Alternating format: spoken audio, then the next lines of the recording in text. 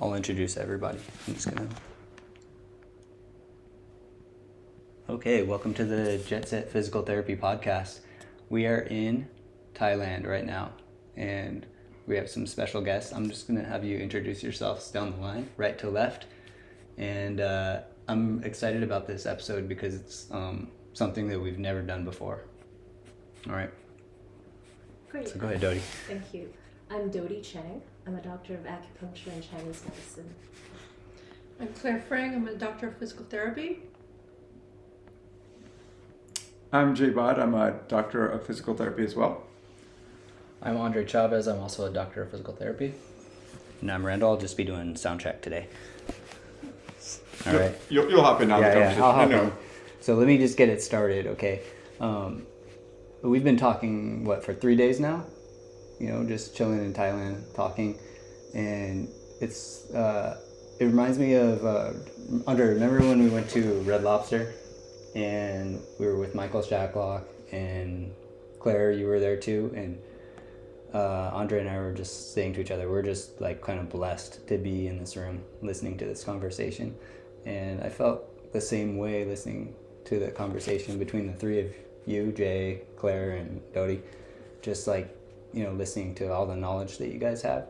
So in these 3 days that we've been having these discussions, what is the kind of the thing that you stuck with you as far as having these conversations about that you didn't know about the other's profession?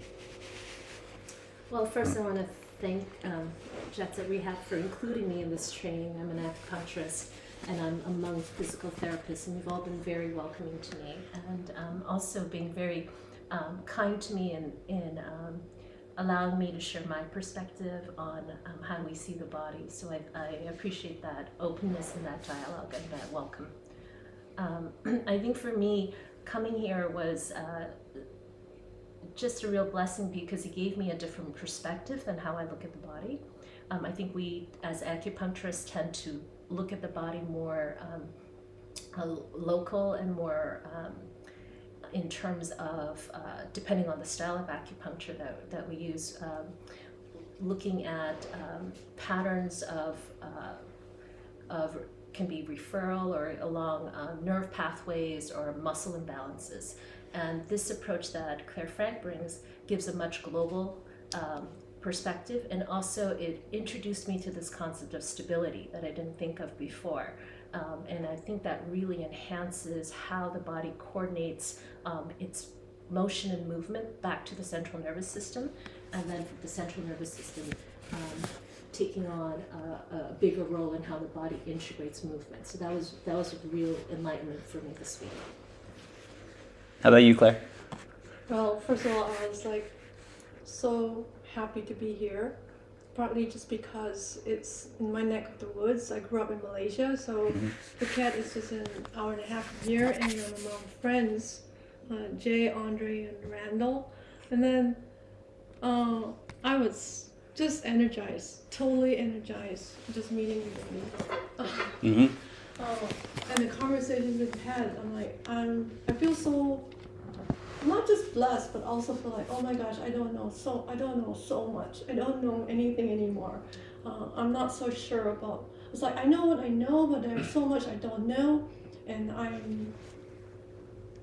need to be okay with it, but at the same time I don't want to be content either. So you kind of push me at a point in my life right now that I'm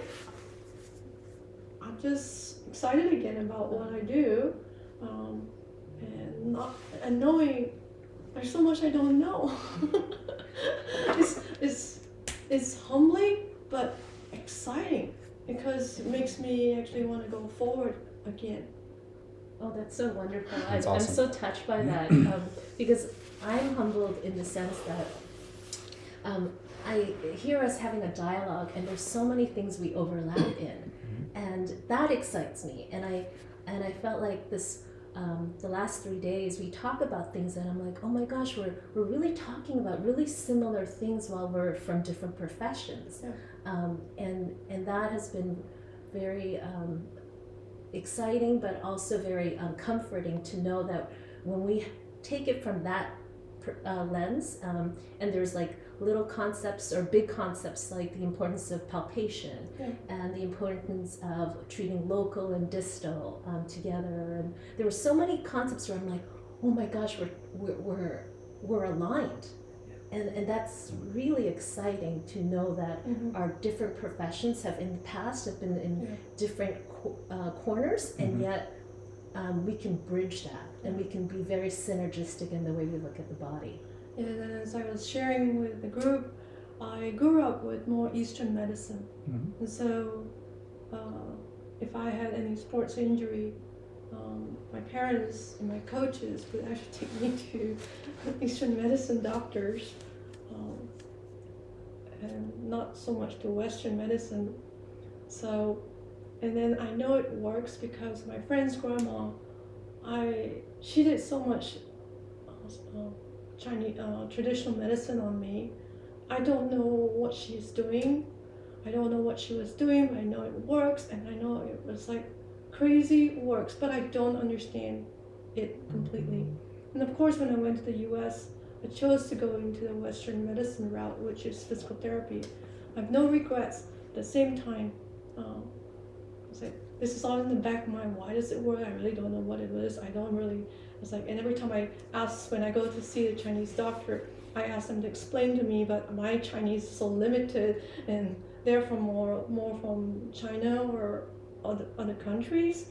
So there's like, oh, it's a qi, the qi. I'm like, I don't know what it is. And so listening to you speak, Dodi, was like so refreshing because the terminology we're trying to bridge the gap with the terminology, because I have no clue what meridians are really. And then as we were talking about the fascia stuff, and then I showed you some of the fascia planes. You're like, that's meridians, but from a different perspective. So like you said, we have so much more in common than differences. Of course, there is going to be unique differences between the paradigm that we come from, but ultimately, wow, I'm like, this is so exciting. I'm so excited. I was like, I can't believe this, because I'm at a stage in my career where I'm like, I don't know what my next step is. And then I come here, I'm like, I don't know. I'm just so excited. So thank you. Thank you, so Jet much. Set, for creating this not just networking, but a meeting of, I call it kindred spirits, like-minded people. So thank you. Thank you guys. Not at all. Oh, our pleasure. Like I said, we felt blessed to be in the room with you two. Yeah, I mean, I will tell you, I'm picking up off the same energy because I'm picking up more or less on that same energy, because coming here, it was like, oh, we've got, every once in a while we'll get somebody from a different discipline come in, and it was like, oh, I've got somebody coming in who's an acupuncturist. I'm like, I know nothing about that profession other than, it's a black box to me, right, as to what they do. And I was interested to meet you first and foremost and just kind of learn a little bit about what you do. And then that first day where we met at the breakfast table, I sat down and I'm just talking to you, and I'm just like, oh my God. I'm like, there's so much stuff she's talking about which just makes so much sense, and it's very similar to what we're trying to do with our hands and some of our techniques and our interventions, but it's being done in a very like unique and different way, and it's awesome because it shows me that there's so much interdisciplinary stuff that can be done. And I'm a clinician, but I'm in a stage of my career where I'm doing some management, so I can affect things on a more global level. And one of the things in just talking to you just made me realize that, hey, I need to get to know some of the acupuncturists who we're sending our patients out to and understand and see how we can blend and marry some of what we're doing and bring some more interdisciplinary care. So I left energized after just meeting you on the first conversation we had, and I was really excited. I was texting my chief back home. I was like, oh my God, I met this acupuncturist, and we got to do this. I'm like sitting there, and he's really excited too because he's very open-minded too. So I want to take Do you guys have anything you want to add before I jump in to the conversation a little bit more? No. Gray or No. Randall? No, let's go. Okay. So Let's go. one of the things that, reflecting back to that conversation, you talked a little bit about, how you go, and again, this is my understanding, so please correct me if I'm wrong, but you talked a little bit about how, hey, sometimes I'll get patients who come in, they can't find their glute, they can't find those muscles, and I'll go in and I'm really focused on, finding specific points, and looking to tap or gain access to a particular nerve. And I'm looking to either, for lack of better words, either get more out of a specific nerve through affecting the CNS or downregulate or other muscles. Can you talk a little bit about that? Right. So I think my profession has gone through a tremendous amount of change in the last, I would say, 10 to 15, 20 years. And we've become much more adept at treating orthopedic and neurological conditions. And those who are trained in more of this approach work with assessment, and we also work with doing manual muscle testing. And by doing that, we have a better understanding of how to engage the body in orthopedic conditions. So when you have an issue, let's say we were talking about glutes not firing, right? So if a glute is inhibited, we would look at not only muscles that are inhibited, and those are those muscles that are actually in excess, but then we also look at the nerves that go to feed that. So in the case of glute medius, we look at the superior gluteal nerve, access that then starts to fire into the glute med, and then that signal also then goes up to the segment that then sends signal to the central nervous system, and then it goes back down. So all of a sudden, you have a muscle that's not firing, and we're creating nerve pathways that create activation again. So that was an example I wanted to share with you when we met about how using a needle can get a muscle to fire versus just using an exercise or movement therapy. So that's how I think acupuncturists and physical therapists can work together. So my profession's not just talking about something esoteric like chi or chi deficiency Right. or the muscle not having enough blood flow or liver chi stagnation. And when you say that, this is what most of us who are more Western trained on the traditional medical model, this is what we think it is. Mm-hmm. It's about chi. I'm like, what chi? I was like, I have no clue. So when we talk now about chi, we're talking about nerve impulse, right? Oh. And so that nerve, because chi is energy, right? It's vibration, it is an electrical pulsation. So if you look at it that way, we're looking at the influence of nerves and the electrical signal going into different parts of our body. And I think that's very exciting because then we can have a conversation with medical doctors. We can have conversations, across the medical profession, and we're starting to now communicate in a way that we understand each other better. So that's what's really exciting about it. Can you guys talk about a little bit about what you were talking about yesterday, where they're using needles to go in between the muscles? I don't know enough of that. It's not one of the doctors in LA. Basically, she's using needles. She's a physician actually in PhysMed. Dr. Tina Wong. She's talking more on the fascial plane, so to simulate gliding. So she would insert a needle under diagnostic ultrasound to guide it, and then I hope I don't do her injustice by saying this, but basically saline solution or some kind of solution, and then basically kind of separating the fibers so that the planes of the fascia to actually glide. And so she's not using it more as a acupuncture. At least that's not my understanding. So she's coming more from a fascial plane perspective. And then what was your perspective on that? So I believe there was another practitioner, PT, was asking questions about how in dry needling courses, how do you know where to put the needle along a muscle? And I was explaining to her that in research what we've discovered is that the meridian pathways are actually corresponding to nerve pathways. And those nerve pathways tend to be between intramuscular septum. So it's between muscle planes. And that's really where the rich supply of nerves and signaling happens. So what we were looking at is accessing those planes, intramuscular planes, and those are then able to go deep into different layers of muscle tissue and also nerve fibers, but also gives signaling back up to the brain, as we were talking about earlier. Right. That just blew my mind. Yeah. So it's not just a random thing. All of a sudden we're seeing these pathways and channels are actually, the ancient physicians knew about nerve pathways before we even knew what they were talking about. And now there's evidence that they were accessing nerves. It's just brilliant. Yeah. I'm so blown away.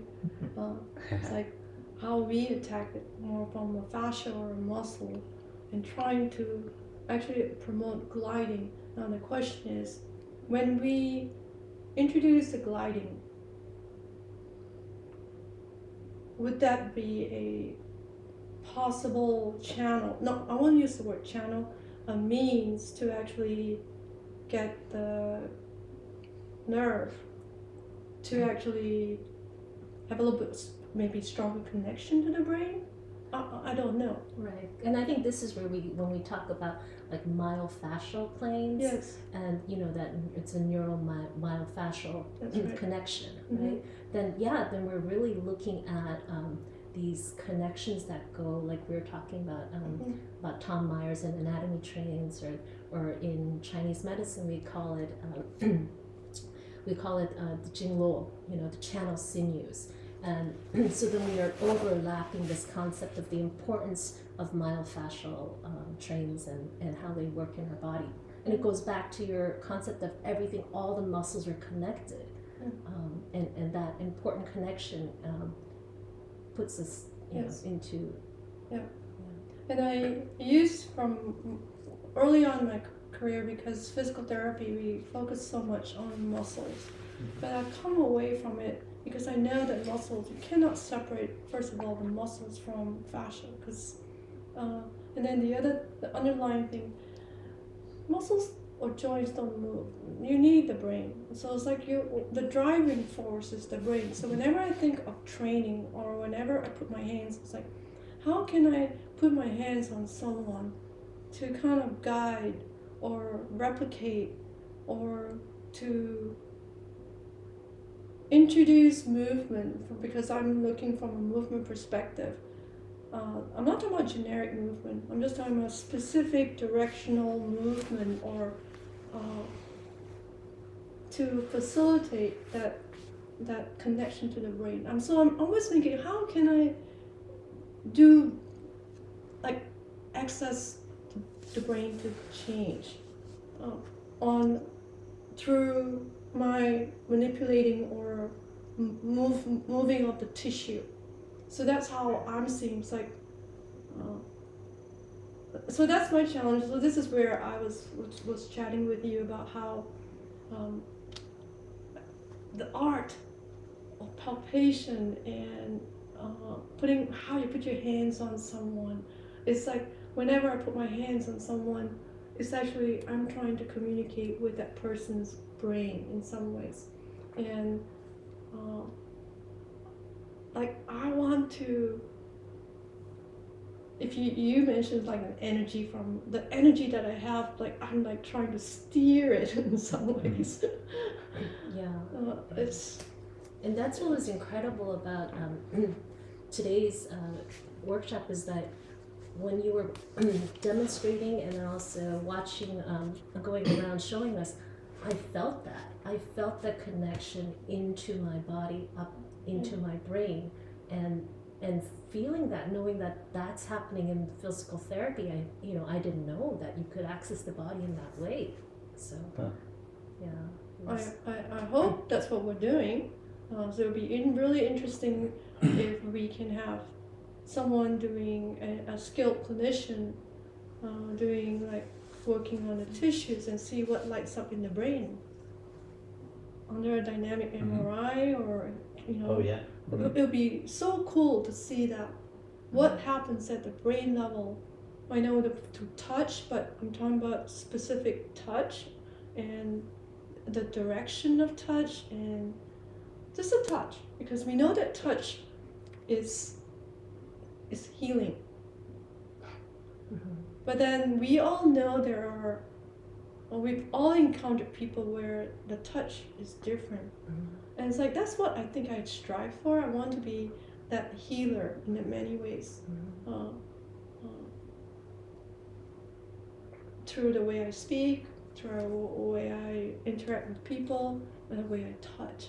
And I think that's an art thing that we all need to be, as clinicians, practitioners, need to kind of hone it a little bit more. Because we have so much knowledge. You just have to Google and get knowledge everywhere. And the question is, can you translate that knowledge into, for us, for physiotherapists, it's through our hands. That, I think, is a huge, huge challenge.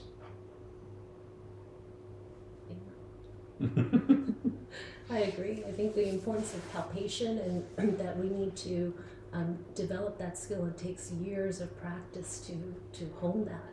And I always come to these trainings because I think that it's a skill that you need to continually refine. And the more you practice and see patients, it kind of dulls out until you come back into a community of healers and practitioners, and you start working on each other, and you feel that again in your fingertips. And then you go back into practice, into clinic, and you're able to go back and do that. And over time, there's a honing and a refining to that, like you're sharpening your skills, and that's what I got this weekend from the training. So thank you so much. You're very kind. I'm like so blown away, because I'm like, oh, I'm gonna leave this plane like I have so much more I don't know, so much I don't know. So of course I can go. It's like, oh, I can go hide in my little cave and say, I don't want to learn more. But it's actually like, I'm gonna go delve even, I don't know about deeper, but at least know more about it, so I can have a little more educated conversation with other acupuncturists or medical doctors, or you know. Yeah. I mean, how do we do that?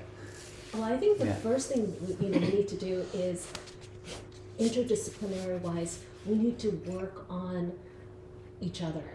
Physical therapists should get acupuncture, and acupuncturists should dialogue and get treated by physical therapists, because I think we don't know what each other are doing.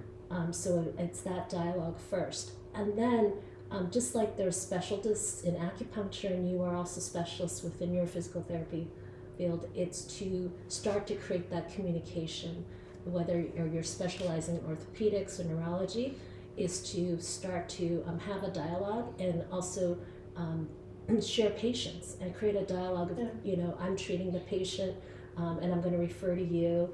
And when you have an understanding of how each of you can help, then you're able to, my thing is, patients get better quicker the more we work in an interdisciplinary manner. Right.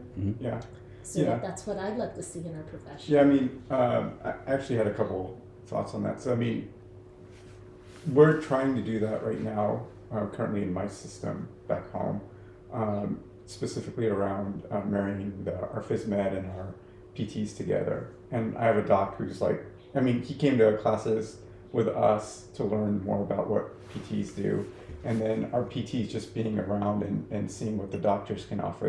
It's like, it's there's this benefit from just working together. But I totally feel like, again, it's like this other layer now. It's like, because in just talking to you, it's like, I feel like we have to bring some of the acupuncturists that we're utilizing into our team and understand what they're doing and how they can, benefit our patients. And again, really, we can all move the ball forward together.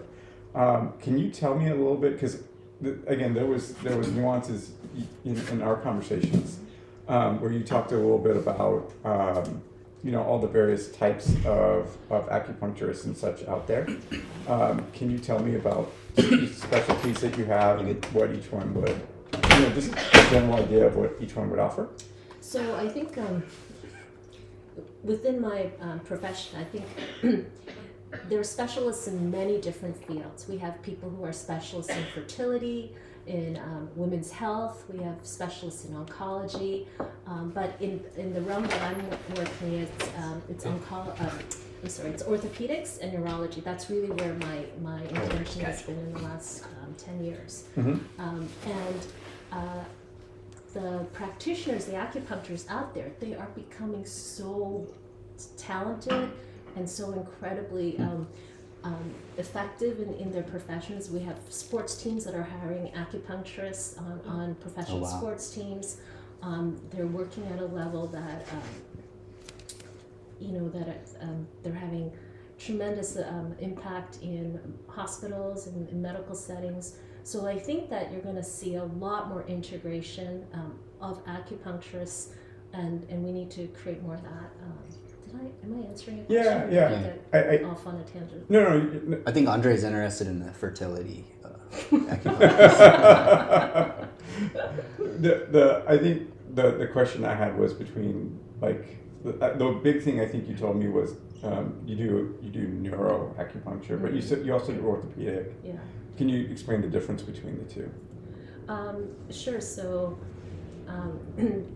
I'm very grateful that I have a colleague of mine, Dr. Dodi Chang, who I started studying with about 4 or 5 years ago, and he's out of Toronto, Canada. And he has done so much incredible work on the peripheral nervous system and peripheral nerves.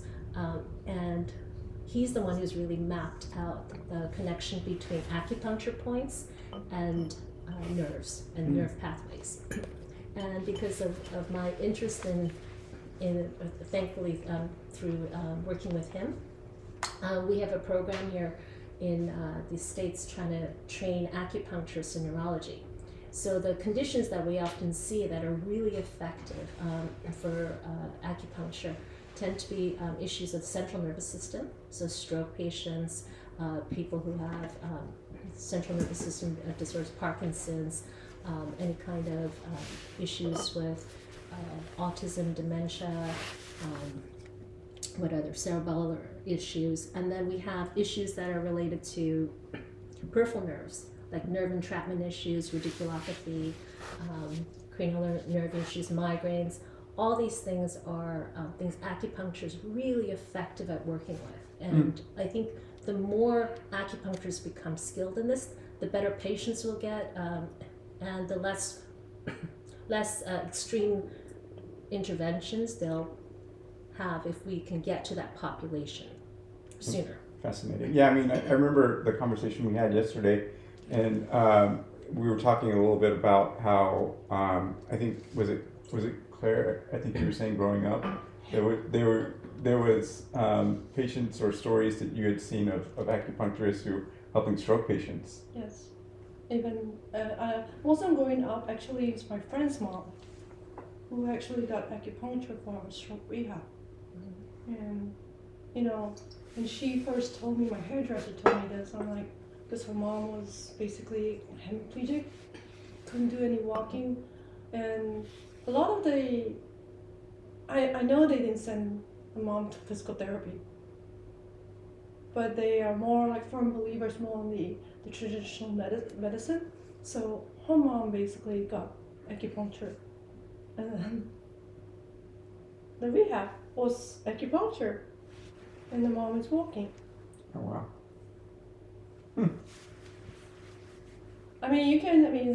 This is more like personal. That's why I'm like, I know it works. I don't know how it works, and I wouldn't even believe it until because it was my hairdressers, who I personally know, and then her mom, and then seeing the mom, I'm like, okay, you got my attention. I don't know what happened. I don't, as I said, I'm not well versed in Chinese. I don't know enough Chinese to speak, because a lot of the acupuncturists where I live, they're more not Western trained. They're actually from China or Taiwan or somewhere else.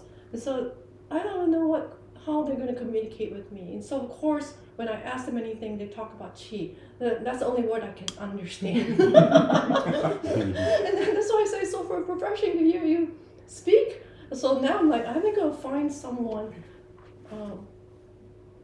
So I had better conversations. Because my Chinese is not good, I'm sorry. and actually, even if they were to explain it in their simplest way, I don't know if I can even understand. And so like, talking to you, as you're so brilliantly explaining it, but my brain is still having a rough time. Like, formulating what you just said. Like, I'm like a little slow. I'm a slow learner. I have to kind of mull on it. It's like you've made some statements where I'm like, that was brilliant, but I don't know what she said. I know. It's like I heard you, but I don't know the depth of understanding. That I'm not quite. Yeah, and I think that's a really good point, because we can talk about these concepts, but when you start to feel it in your body, like when you were talking to me about Voita, I was blown away. I was like, how is this possible, right? Like, how is it possible that you get these movements happening in the body? And then today I felt it. I was like, oh, and this is the same thing about acupuncture, right? If you are trying to really understand what does it feel like when you get nerve stimulation into a muscle, go and feel it.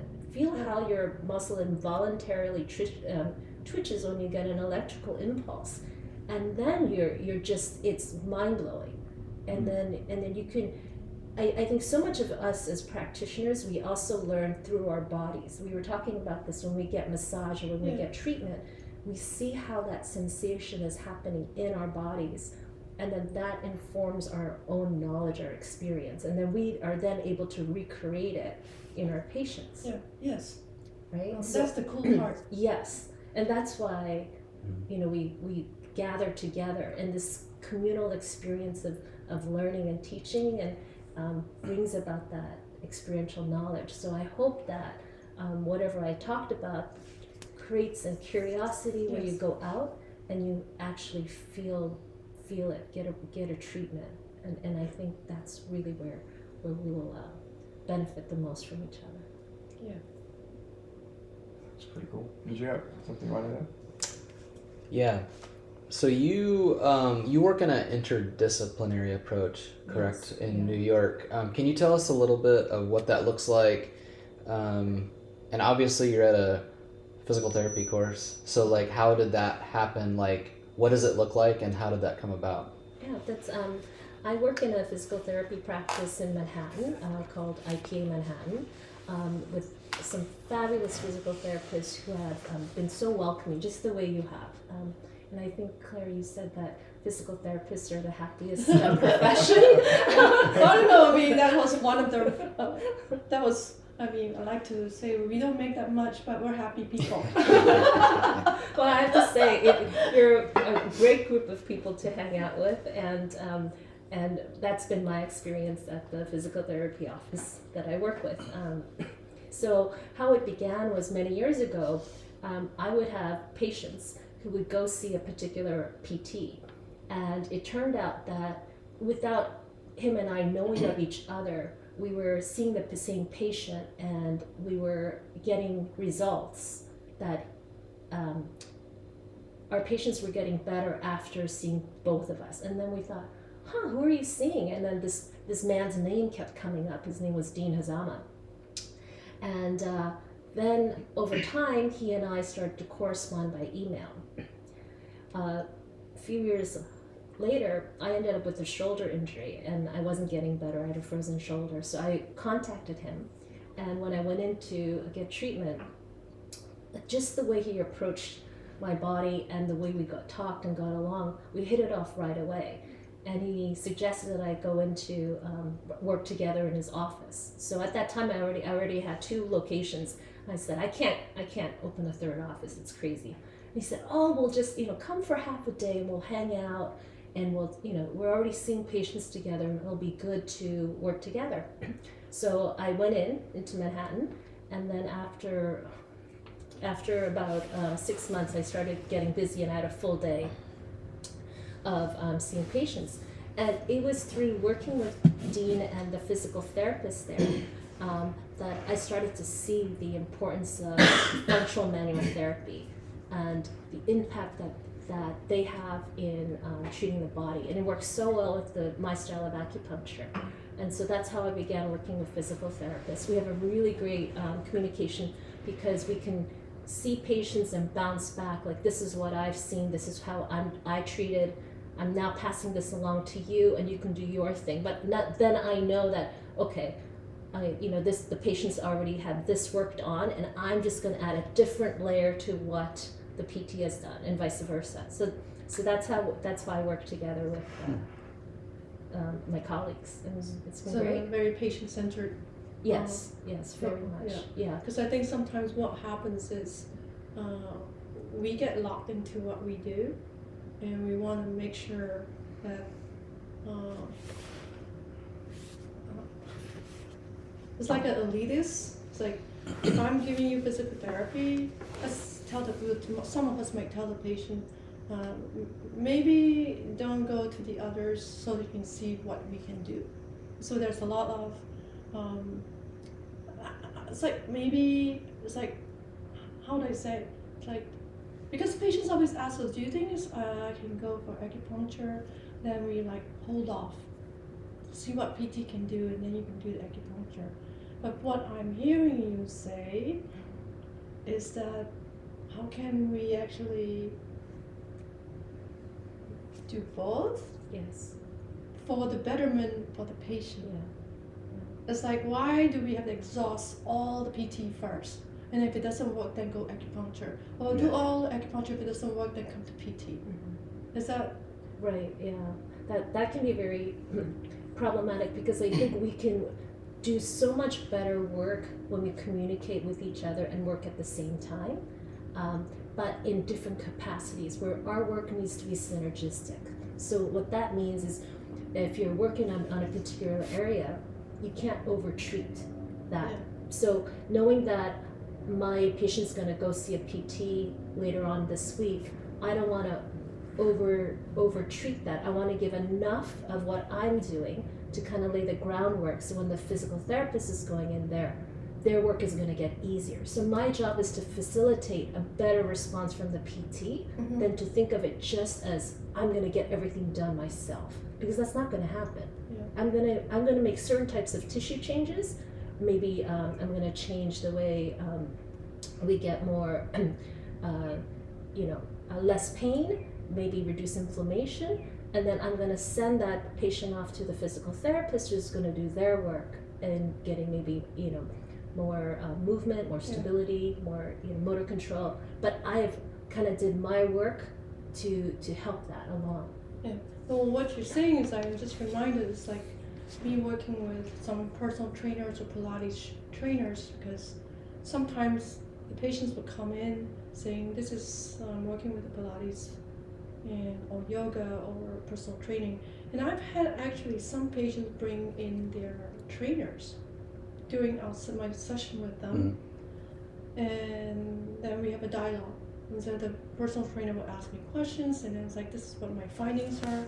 So this is perhaps when you're working out with so-and-so, you're doing your squats, just make sure you're gonna pay attention to her foot, let's say, or her pelvis. So now it becomes a little bit more directed, and we're like, now it's a collaboration.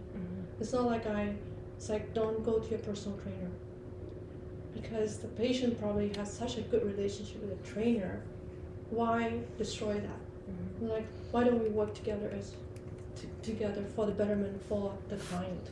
Yeah. And I think it takes a lot of security on our part, because a lot of us want to feel like we were the ones who got the person better. Or I. Huh? More I. More I. Yeah. It's like, I am the one who helped this person, so and so. At the same time, I'm like, get off your high horse Why don't we just like work together as a team? Yes, and I think that to me resonates so much when you were talking about listening to the patient, right? Listening to the patient's body and let the body speak. So then when you go into that perspective, it's not about you doing the healing or you changing that person. It's you're the facilitator. And by taking that approach, you can just hand off that facilitator role to the next practitioner. And because your goal is really on listening to what the patient's body is willing to do. And sometimes the patient's not ready to do what I can do within my skill set, but I know that the physical therapist will be able to help better. So yeah, I think that's why this was the kind of things I would get really excited about when you would talk. I'm like, oh, there's that, we're seeing from the same lens, right? Yeah. It's like we're more like-minded people. Yeah, I 100% agree. I mean, I think the more I look, the more I see as we move forward in medicine, there needs to be more integration. I mean, there's been more separation with specialization, but there needs to be more integration if we're going to get people better.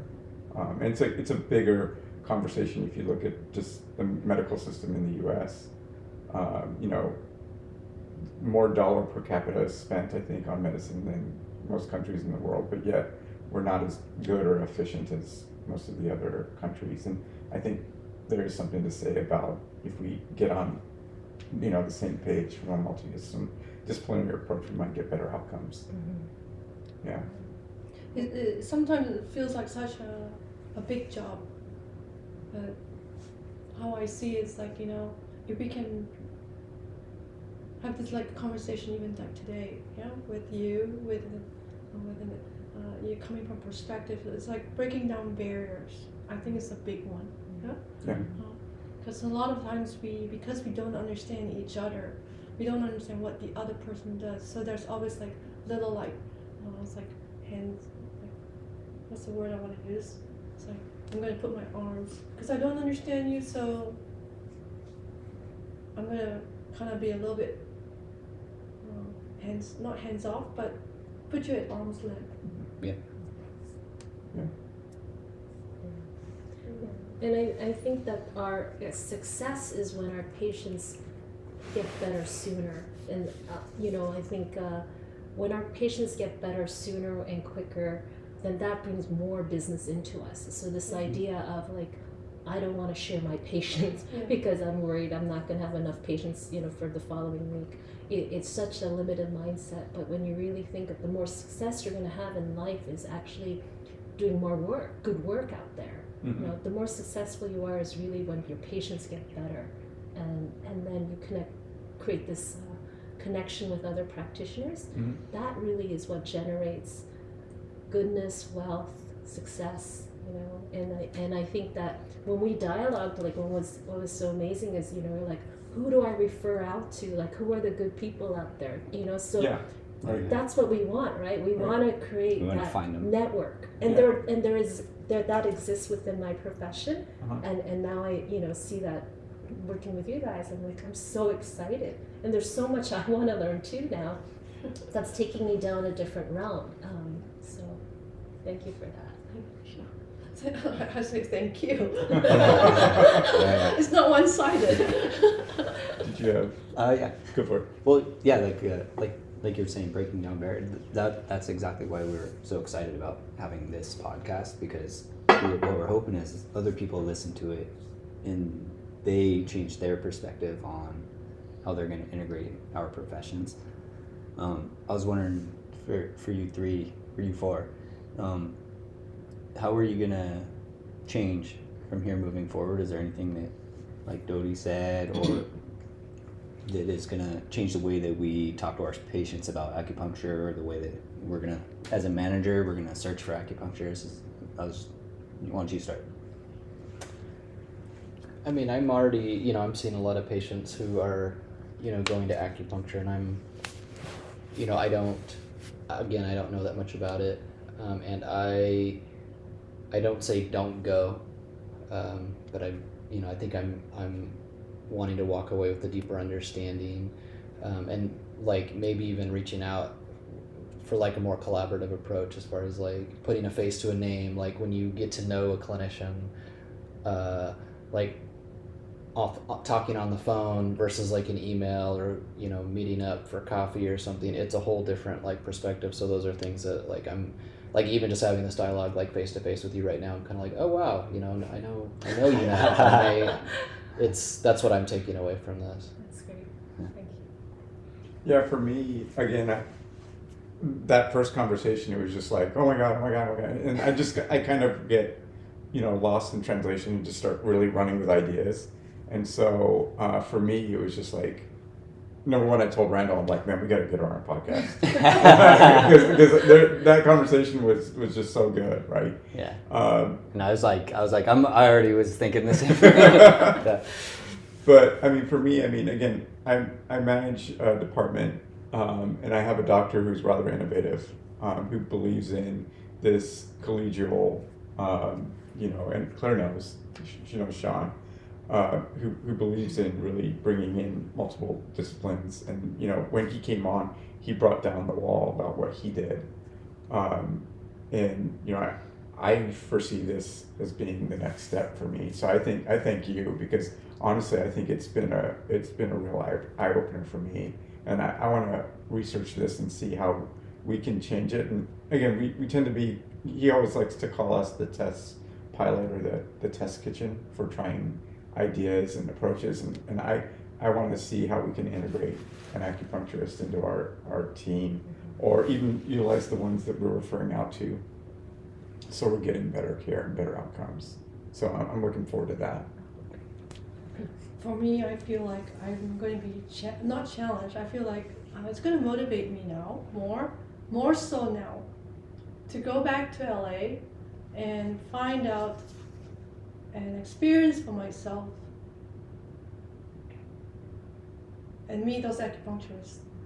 And I know someone has told me to visit. I have gone to acupuncturists, well, probably just one time or whatever, because I don't have issues. I mean, I don't have musculoskeletal issues, so I'm like, just do something. But I do know there are a couple, like one of the doctors that I know, she works very closely. She's a physician that works very closely with an acupuncturist, and she has told me, check this person out. And so I think that will be like, from a practical standpoint, this is what I am going to do.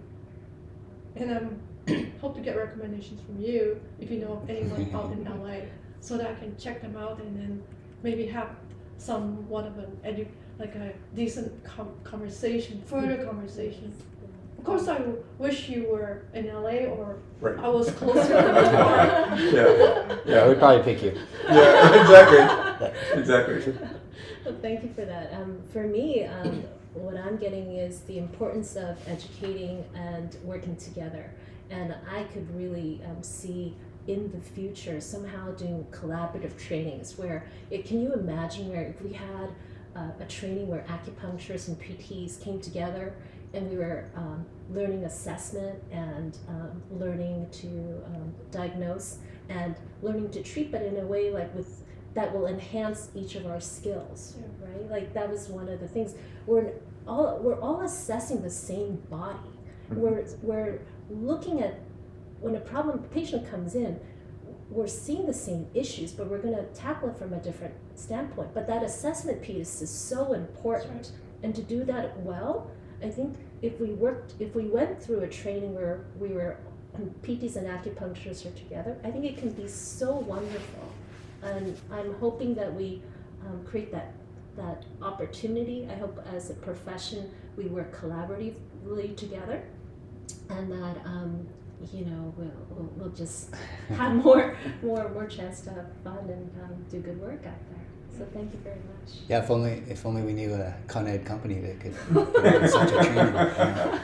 Just find a good location. I'm sure you'll draw. Yeah, we talked about, I think that's one of the things we talked about today, right? It was like, we were talking about the developmental positions. We were having a conversation about that, and it's like, what if we put them in some of these developmental positions, and now you're integrating some of your knowledge, and you're accessing muscles and nerves in those particular positions.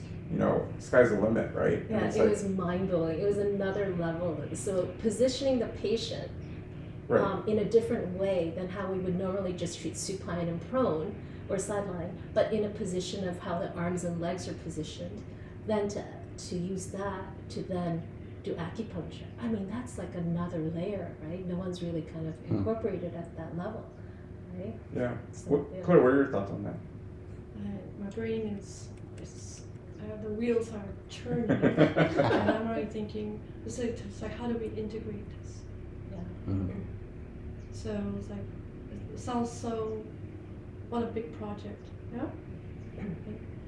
So hopefully, as I always like the power of one. So hopefully we can put our minds together, and who knows, the potential future collaboration. And I'm just thinking, it's like, I'm excited.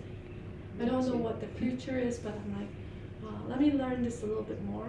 Like even some of the fascia stuff, I'm trying to incorporate much more. And then I was like having this conversation. Like I would never, like in California, I will not want to be an acupuncturist. Does that make sense? I don't want to do what you're doing, meaning the skill set or the assessment, because I think we already have our skill set. But then how do we actually learn from you, or learn from the other professionals, and bring it in even more? Mm-hmm. It's also like collaboration and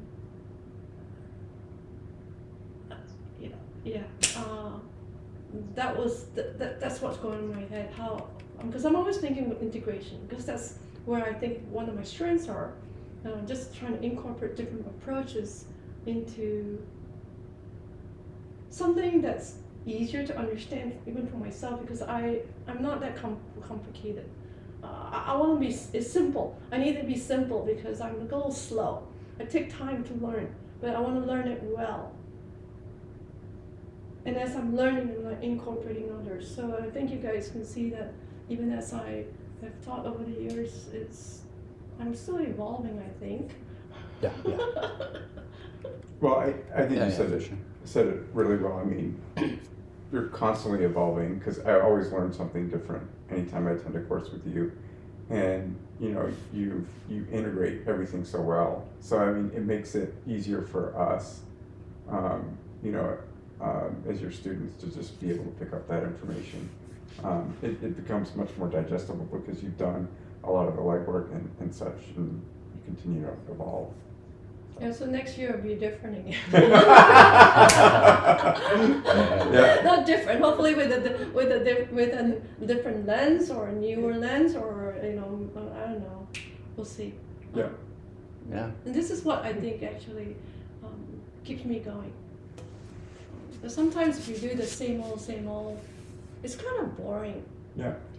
It's like, okay, what's next? It's like, then you get jazzed for a little while, but it's like, okay, I don't know. I'm pretty excited going forward, because I thought, I was like, okay, never stop learning, never stop learning. Yeah. Oh, I want to quote this. Okay. Professor Yonda used to tell us, the day you stop learning is the day you die. So there you go. I'm going to keep learning. I'm not dead yet. So you're keeping Claire alive. Yeah, exactly. All right. It has been a truly so much. I thank you so much, Claire, for being so open and generous and welcoming to me, and thank you guys for including me in your training.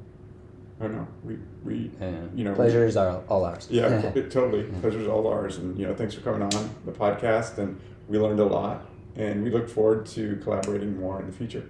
Wonderful. Yeah. Let's do that. All right, so there's a beach calling our name here in Phuket, Thailand.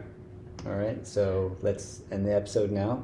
But I'm sure we'll share this, and then you know, if anybody has comment, I'm sure there's a lot of people that are like, why didn't you ask this? Why didn't you ask that? So maybe one day we could do it in the future, like online or something, like a update episode or something like that. Part 2. Yeah, part 2.